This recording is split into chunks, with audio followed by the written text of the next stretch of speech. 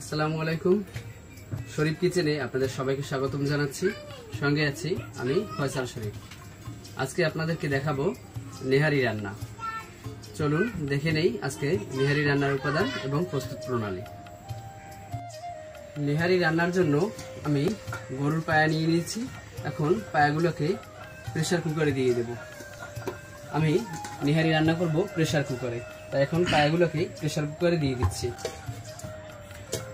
Pressure কুকারে পায়াগুলো দিয়ে এখন সব উপাদানগুলো একে একে আমি এর মধ্যে দিয়ে দেব। এখন আমি এর মধ্যে দিচ্ছি পেঁয়াজ বাটা, রসুন বাটা, আদা বাটা,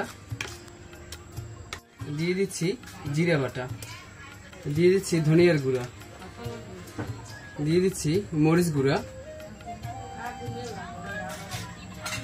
দিয়ে দিচ্ছি হলুদ গুঁড়া, দিয়ে দিচ্ছি দারচিনি, দিয়ে দিচ্ছি তেজপাতা, এলাচ, দিয়ে দিচ্ছি লবঙ্গ, গোলমরিচ, লবণ, সবশেষে দিয়ে দিচ্ছি সয়াবিন তেল।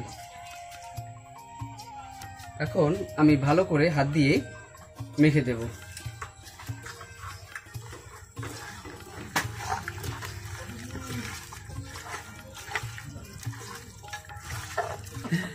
পায়াগুলোকে ভালো করে ম্যারিনেট করে নিচ্ছি।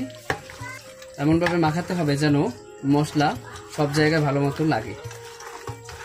ভালো করে ম্যারিনেট করা হয়ে গেলে এরপরে আমি পানি দিয়ে ঢাকনা দিয়ে জালের উপরে বসিয়ে দেব। এখন এর মধ্যে দিয়ে দিচ্ছি পানি।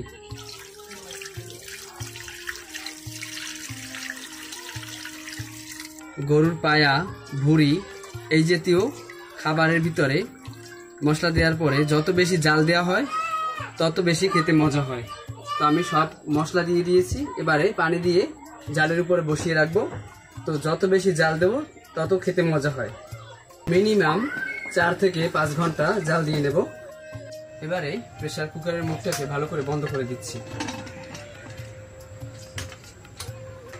গ্যাস জ্বালিয়ে প্রেসার কুকারটাকে বসিয়ে দেব। মিনিমাম 4 থেকে 5 ঘন্টা এভাবে থাকবে।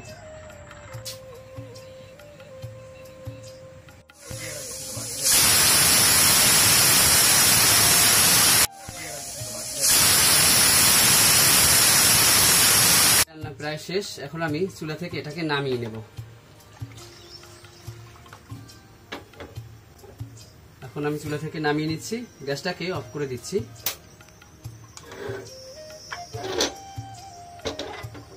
এখন প্রেসার কুকারের স্টিমটাকে একটু কমিয়ে নেব। এখন আমি ঢাকনাটা খুলছি।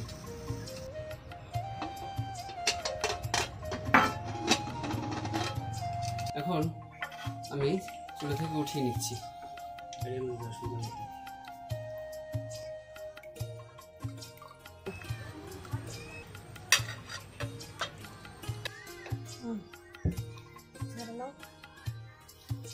আমার নেহারি রান্না সম্পূর্ণ প্রস্তুত। এতক্ষণ সঙ্গে থাকার জন্য আপনাদের সকলকে ধন্যবাদ। দেখা হবে পরবর্তীতে নতুন কোনো রেসিপি নিয়ে। সে পর্যন্ত সবাই ভালো থাকবেন। আল্লাহ হাফেজ। চালের রুটি দিয়ে নেহারি দেখি কেমন হয়েছে। অসাধারণ।